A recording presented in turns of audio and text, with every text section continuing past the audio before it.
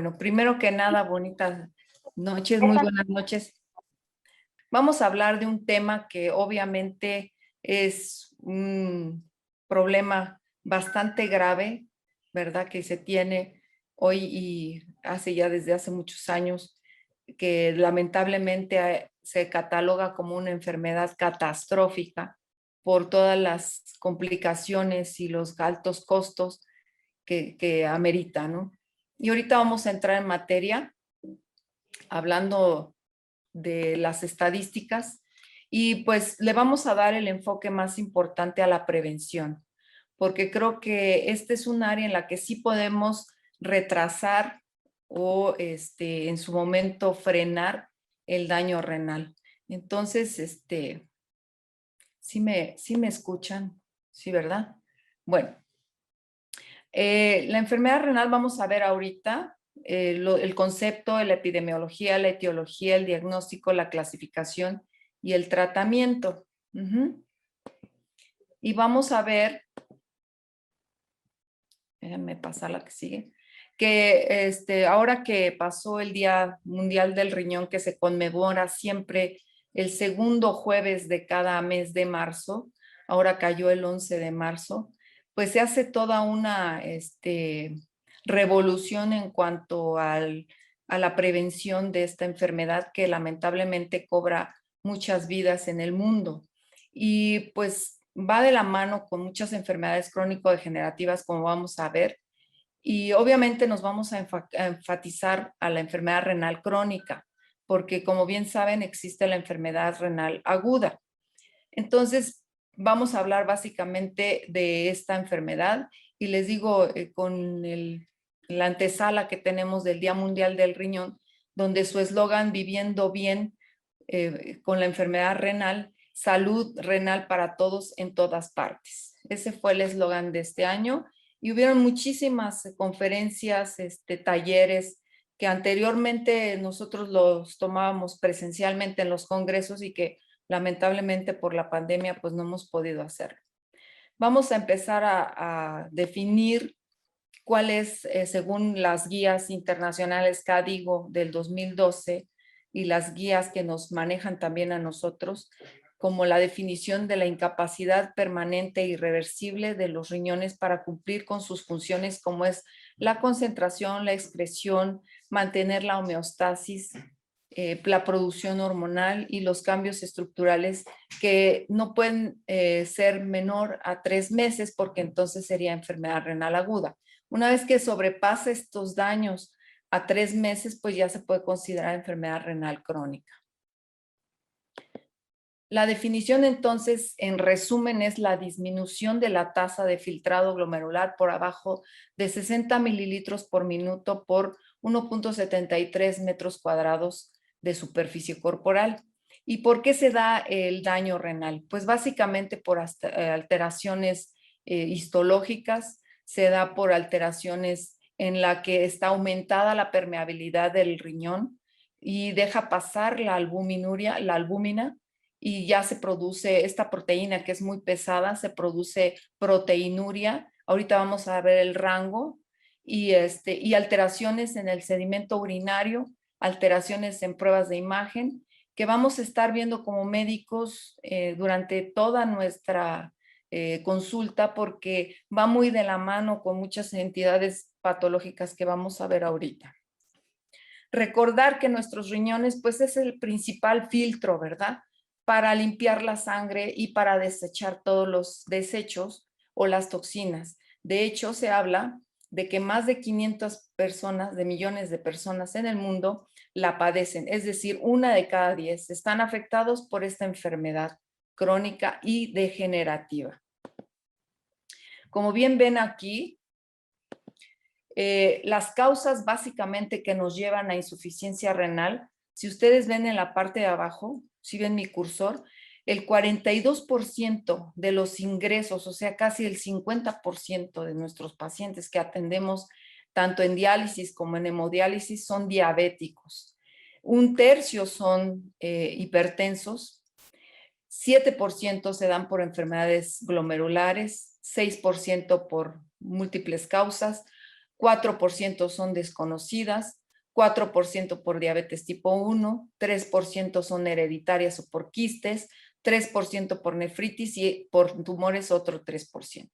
Esto da un global de un 10% de la población mundial, entonces estamos hablando de miles de millones. 26 millones de americanos adultos tienen y padecen enfermedad renal. Entonces, en la Unión Americana son 1 de cada 10. Y no dudo que en México sea algo similar. Lamentablemente en México no tenemos las mismas estadísticas, pero van muy de la mano por estas enfermedades. Ahora, es tan importante recalcar que lo que lleva a la enfermedad renal crónica o a la insuficiencia renal es la diabetes y la presión alta. Entonces, vamos a darle todo el énfasis. ¿Por qué? Porque MRS y todos los tratamientos que tienen regenerativos, pues van encaminados en su mayoría a tratar la diabetes y la hipertensión. Entonces, aquí las dos principales, la historia familiar son factores de riesgo, el sobrepeso, el tabaquismo, el alcoholismo y obviamente la edad, ¿sí? Son factores que nos van a llevar a que haya falla renal de forma crónica e irreversible. Catalogando, como les decía yo, el 40, casi el 50% es diabetes, hipertensión 30%, glomerulopatías 13%, nefritis intersticial 4.2, riñones poliquísticos, que es el que tenemos aquí, y así se ve, un 3.4%, y oropatías obstructivas, perdón, o infecciones en vías urinarias, que también es algo muy frecuente, es casi el 3%. La prevalencia, como ven, va aumentando día a día, va aumentando año con año. El estadio 1 está más o menos entre el 1 y el 2%, en el estadio 2 el 3.2%, el estadio 3 7.7% y el estadio 4 y 5.3% de prevalencia. Esto obviamente va cambiando año con año, pero lo que debo de detenerme aquí es que nosotros podemos trabajar desde los primeros estadios, desde que el paciente se conoce diabético, ya tiene el primer estadio de insuficiencia renal. Así es que hay que estarlo vigilando constantemente. Ahorita vamos a ver por qué. Como les decía yo, los factores de riesgo son el tener la edad, hay nefropatía ya del adulto mayor, porque el número de nefronas va disminuyendo, se van esclerosando también, la diabetes, la hipertensión, los antecedentes y el paciente que ha sido trasplantado, pues también pierde su injerto y vuelve a tener insuficiencia renal. ¿Cuáles van a ser nuestros factores detonantes? Que tengamos una descompensación o complicación de la diabetes, que tengamos problemas también de mal control de la presión arterial, que ustedes bien saben que solo el 5%, 10% de la población que padecen ambas enfermedades está controlada o relativamente controlado. El 80%, 90% no están controlados y pues eso los lleva a que fácilmente terminen vía insuficiencia renal. Hoy también se conocen varias enfermedades autoinmunes, llámese lupus, esclerosis lateral amiotrófica, llámese amiloidosis, enfermedades, digo, todas de la colágena, pues están íntimamente relacionadas con estas glomerulopatías. Las infecciones, no olvidar que muchas mujeres sobre todo padecen de IBUS constantemente y con una alta prevalencia, tienen desajustes hormonales constantemente y no se diga a partir de la menopausia, y pues empiezan a tener una cantidad impresionante de infecciones que les van a hacer acúmulo de dendritus, acúmulo de dextruvita, se ven cálculos de dextruvita por esas infecciones que se tienen. En el microscopio nosotros las llegamos a ver y es impresionante los cálculos que hay, que a mí me encantan, por cierto, los de ácido úrico se ven preciosos en el microscopio, los de calcio, ¿verdad? Por ejemplo, se ven muy bien. Entonces, digo, no es lo mismo que se vean a que lo sienta el paciente. Y últimamente lo que también nos va a favorecer el que un paciente desarrolle insuficiencia renal de forma a tanto aguda como crónica son los agentes nefrotóxicos. Muchos medicamentos que muchos pacientes ya con edad están con AINES de por vida, no se diga diclofenaco, naproxeno, ketorolaco, etcétera. Todos estos, y no se diga los corticoides, tienen pues el detonante más importante para desarrollar insuficiencia renal y muchos no lo saben y muchos médicos, lamentablemente, colegas, pues seguimos recetando este tipo de medicamentos por largo tiempo y lamentablemente pues terminan vía insuficiencia renal. ¿Cuáles van a ser los factores que van a hacer que progrese esta insuficiencia renal? Lo primero que tenemos que ver es que el paciente tenga microalbuminuria. Si ya empezó a arrojar albúmina, que es la proteína más pesada que tenemos, mide 45 Daltons, entonces esta puede pasar perfectamente bien en los lobulillos del riñón, los glomérulos. Entonces, pues esto va a generar que también el paciente tire esas proteínas, ¿no?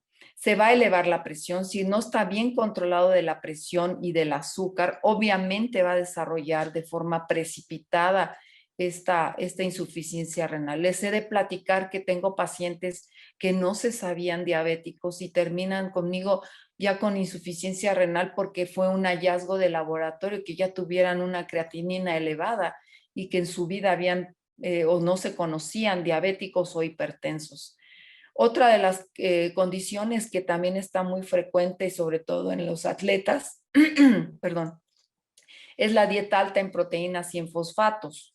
Al ir amarrados las proteínas, pues van los fosfatos, por ejemplo, pescados azules, las oleaginosas, todos los productos verdes, las nueces, ¿verdad? Todo esto va a generar que haya un alto contenido de proteínas y pues las tiren por la orina.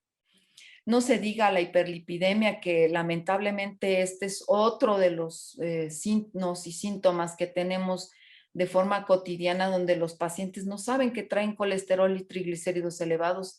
Y pues ustedes saben cuál es el medicamento que más se vende en el mundo, las estatinas, ¿no? Y esas también lastiman el riñón y el hígado. Entonces, el paciente que tiene hiperlipidemia va a tapar el riñón invariablemente.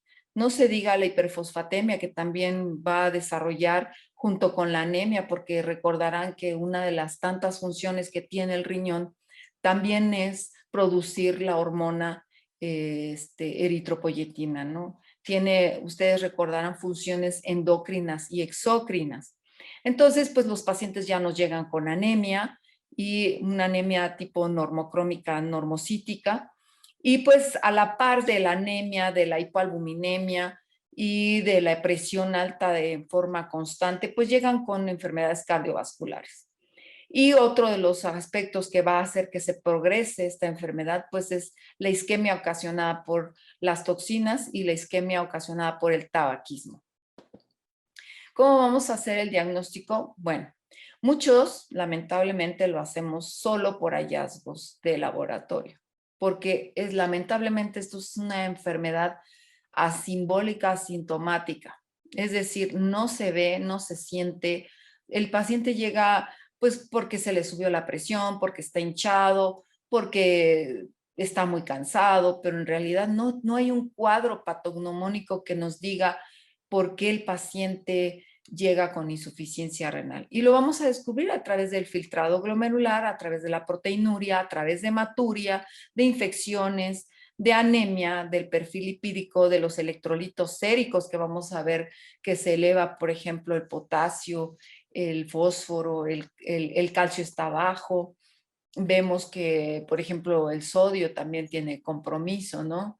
Hay hiponatremias e hipernatremias, dependiendo de cómo llegue el paciente, si viene con mucha edema o no. Llevan a veces en anasarca, entonces pues llegan bastante complicados.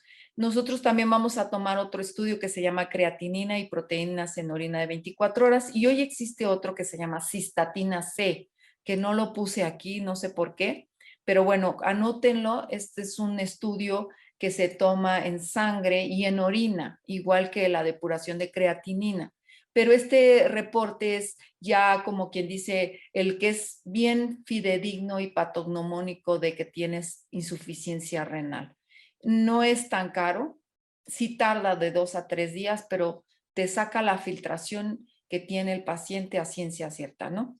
Y por imagen de laboratorio de gabinete, a través de un ultrasonido de renal, de un gamagrama, de una tomografía, hasta de una resonancia y de una biopsia percutánea que hoy se hace para aquellos casos en los cuales no se sabe cuál fue la causa que lo llevó a la insuficiencia renal. Como les decía yo, la pérdida progresiva de la función renal no produce signos ni síntomas patognomónicos. Lo único es sospechar que se tiene y ver las anomalías que haya a nivel urinario, ¿no? Si el paciente tuvo hematurias, si tuvo infecciones de repetición, si tiene la presión muy alta. Ese es un valor bien, dijéramos, es un punto cardinal porque muchos de los pacientes les dan 2, 3, hasta 4 antihipertensivos y no les bajan la presión y eso ya es porque traen daño renal. Acuérdense que se libera todo el sistema renina, angiotensina, aldosterona y pues vamos a tener problemas por la presión alta de difícil control y el edema que también empeora la presión alta, la eleva.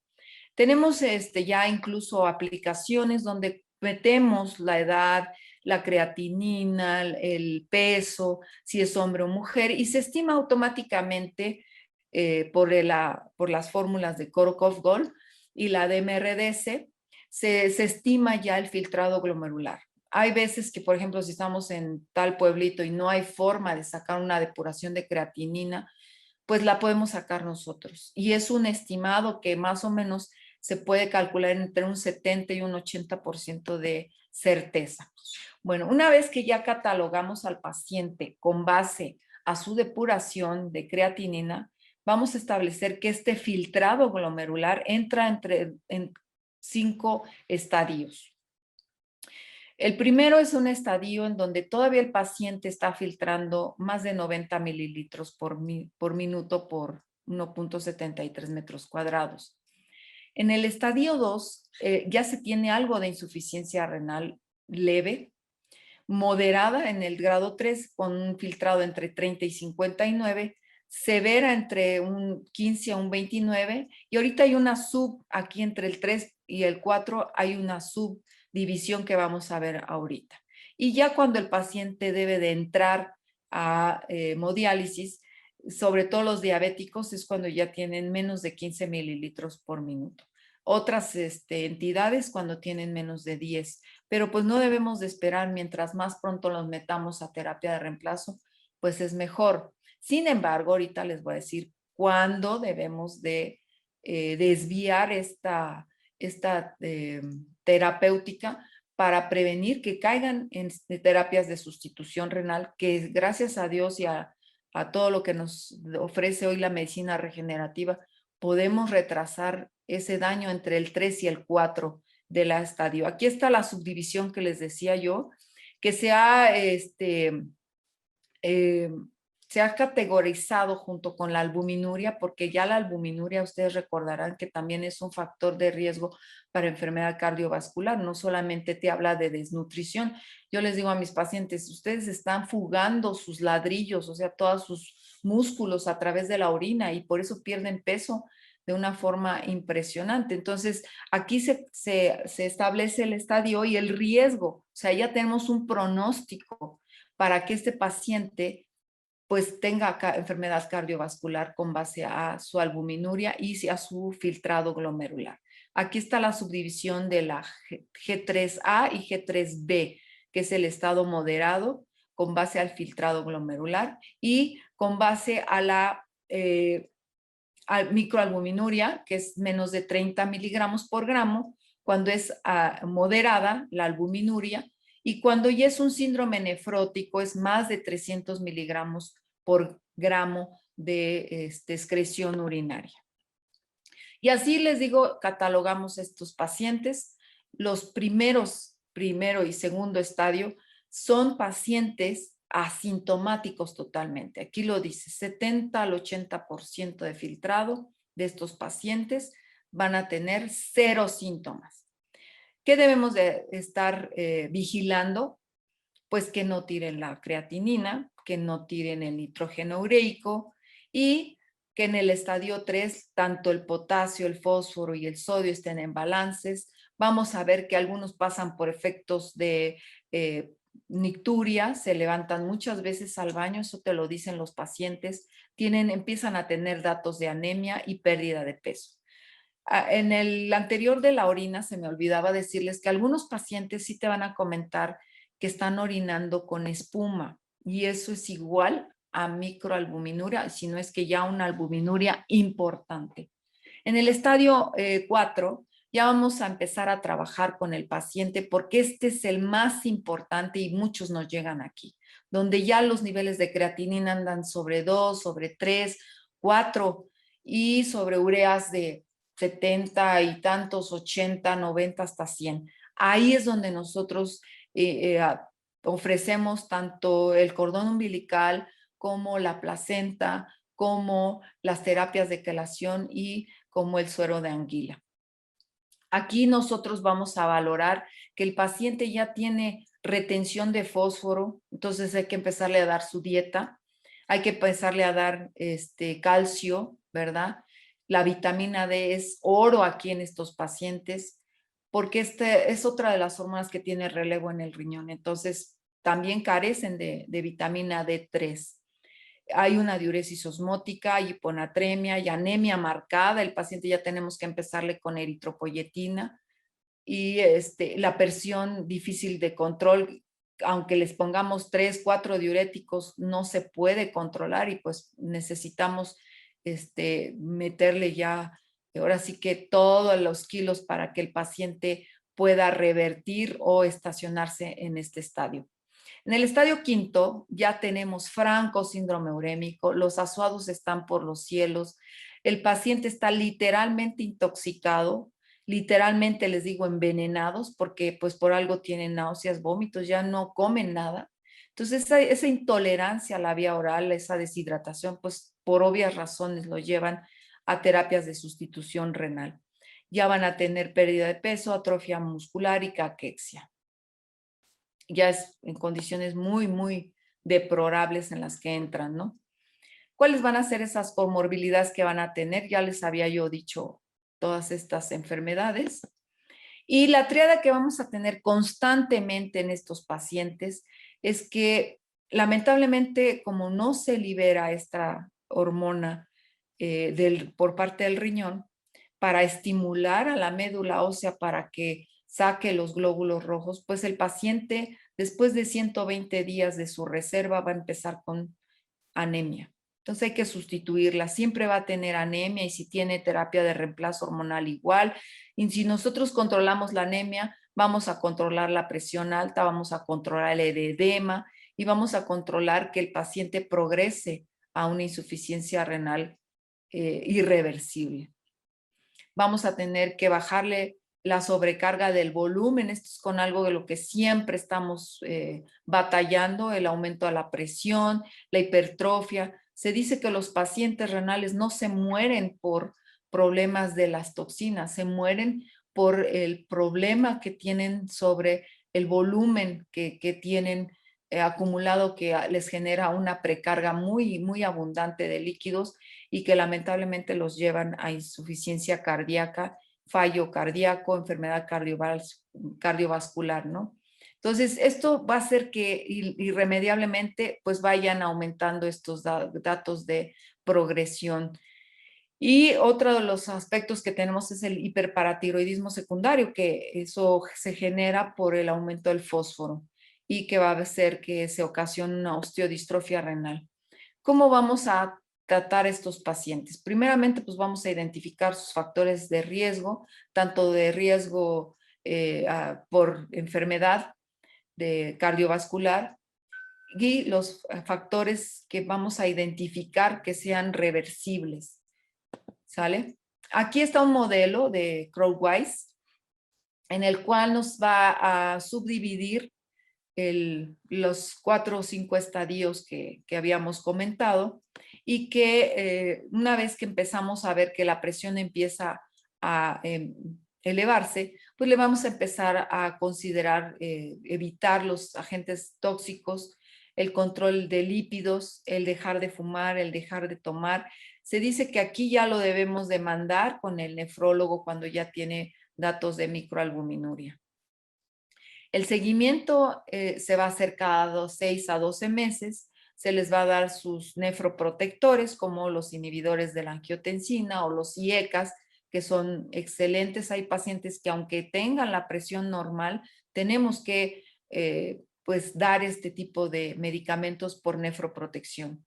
El control de la presión y la diabetes debe ser estricto, porque de ahí depende el que no avance esta enfermedad y que controlemos la excreción de proteínas a través de la ingesta de alfa-cetoanálogos y la dieta que debe ser ya a partir de aquí muy estricta y bajarle el contenido de proteína a 0.6. Los autores hablan de 0.6 a 0.8 por kilo por día. Entonces, pues te lo llevas en una pieza de pollo y una tortilla y ya. Entonces, no pueden comer mucho aquí. Les digo que estos pacientes deben ser catalogados como ovo-lacto vegetarianos. En el estadio 3 no se diga, o sea, el monitoreo de la dieta es muy estricto aquí para evitar que salte al siguiente estadio. El control de los fosfatos con la dieta también y algunos quelantes del fósforo, la anemia, como les digo, y considerar establecer relaciones de apoyo en estos pacientes, sobre todo a nivel familiar. ¿Por qué? Porque va a saltar en cualquier momento a un estadio 4 pre enfermedad renal crónica, ¿no? Aquí se dice que ya debemos de preparar al paciente para la terapia de sustitución. Sin embargo, les digo que yo todavía puedo hacer muchísimo por estos pacientes o podemos hacer mucho por ellos y controlarles todo lo que les digo, ¿sí? Y ya en el paciente que está en reemplazo de terapia de reemplazo renal, considerar pues que no caiga en complicaciones, como les digo, a nivel cardiovascular, ¿no? Y pues aquí tenemos nuestro suero de anguila estrella, por cierto, descubierto por el doctor Luis Bárcenas García de la Escuela Nacional de Medicina Homeopática. Estos, desde el 2011, tiene sus artículos, tiene su tesis de grado y pues se han hecho algunas publicaciones, está en la guía de las prácticas clínicas también para nosotros poder dar las recomendaciones y las buenas prácticas. Ustedes pueden consultarlo esto en el portal y ver cómo se hace la prevención, el diagnóstico y el tratamiento de este tipo de enfermedades. Básico en estas guías que el paciente baje de peso. Baja de peso y le baja el peso también al riñón, le bajan las grasas, le bajan los líquidos. Adoptar esta dieta DASH, que es para detener precisamente el daño que hay por la presión elevada, la reducción del sodio, la actividad física, que obviamente no deja de ser un punto también importante, porque les digo mucho a los pacientes que este es un riñón accesorio.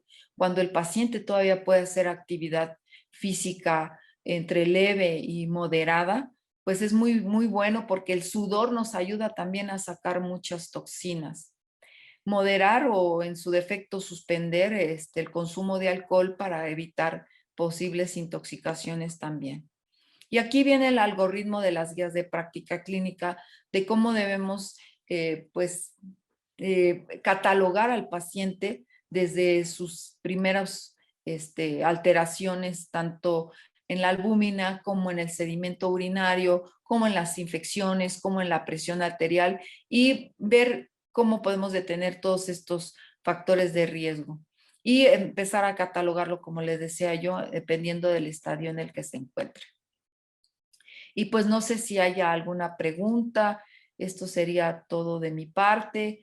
Y les digo, es un tema que a mí en lo personal me apasiona porque podemos ayudarle mucho a los pacientes a detener o a frenar su enfermedad renal y que no caiga en terapias de sustitución. Todo paciente le tiene miedo a la hemodiálisis y no se diga a la diálisis peritoneal. Todo paciente te va a agradecer con tantas bendiciones que gracias a Dios yo he tenido, porque de verdad que les podemos ayudar muchísimo.